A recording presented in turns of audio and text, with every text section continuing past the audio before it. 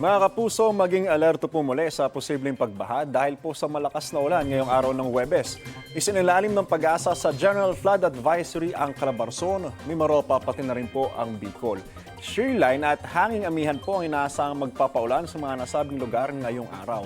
Ang ulang dulot po ng shearline ang dahilan ng pag-apaw ng ilang ilog at spillway sa Bulaan, Sorsogon. Abot tuhod ang tubig. Nahirapan ng ilang mga residente at motorista sa pagtawid sa mga binahang daanan. 3 barangay sa Bulan ang apektado ng baha. Paalala po mga kapuso, stay safe and stay updated. Ako po si Andrew Pertiera. Know the weather before you go. Para mag-safe lagi, mga kapuso.